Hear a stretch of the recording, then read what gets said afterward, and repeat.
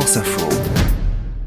Vous l'avez sans doute pratiqué, et si ce n'est pas le cas, vous avez forcément entendu parler du télétravail, travailler de chez soi, question de logement donc. Bonjour Charlie Cailloux. Bonjour Arsine. Conseiller juridique du site immobilier PAP.fr avec nous tous les dimanches dans la matinale de France Info. Le télétravail se développe énormément depuis le premier confinement. Est-ce qu'on peut travailler librement chez soi? Alors pour les personnes qui télétravaillent, ça pose pas vraiment de problème puisque le télétravail ça concerne surtout des personnes qui ont une activité de bureau, taper sur un clavier, prendre des appels téléphoniques, rien ne s'oppose à la qualification de bail de local d'habitation. Évidemment, c'est tout autre chose si dans votre métier vous devez recevoir de la clientèle ou stocker de la marchandise. Dans ce cas, oui, il faut absolument obtenir l'autorisation du propriétaire puisqu'on glisse vers une activité libérale ou commerciale et ça, le règlement de copropriété peut l'interdire.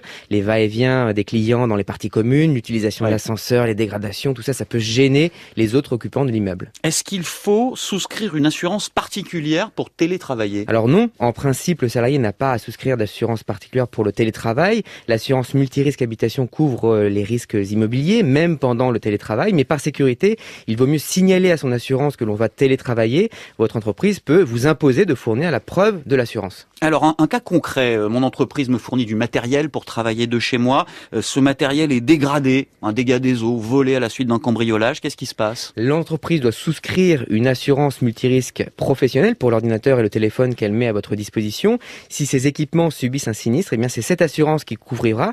Si vous télétravaillez avec vos propres équipements, ce sera votre assurance qui prendra en charge, d'où l'importance de vérifier avec votre assurance que vous êtes bien couvert. Et est-ce qu'on est obligé de télétravailler forcément depuis son domicile? Alors non, en tout cas la loi ne prévoit rien à ce sujet. L'employeur ne peut imposer une configuration particulière pour le poste de télétravail, sauf si objectivement le lieu que vous choisissez est inadapté, par exemple parce que la connexion internet est insuffisante ou que le lieu choisi par le salarié ne permet pas la confidentialité. Et en cas d'accident du travail qui pourrait survenir à la maison, que se passe-t-il? Alors selon le code du travail, un accident dans le cadre du télétravail est présumé être un accident du travail. Les choses sont donc très claires. À son domicile, le télétravailleur bénéficie de la même protection contre les accidents du travail que les salariés en entreprise.